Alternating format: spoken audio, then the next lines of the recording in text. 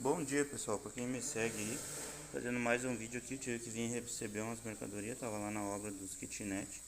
Aqui chegou sem conexão de mangueira, corrugado, as luvinhas. Aqui chegou 60 caixinhas de passagem de luz.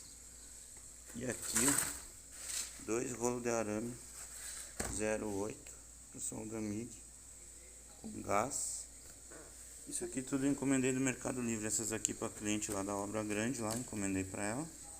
E esses aqui encomendei para mim fazer a soldagem lá dos portão e das grades lá que tem que terminar lá. Quem gosta aí dos meus vídeos aí, segue, continua compartilhando, dando like aí para fortalecer o canal. E até o próximo vídeo. Isso aqui saiu bem mais em conta, isso aqui também.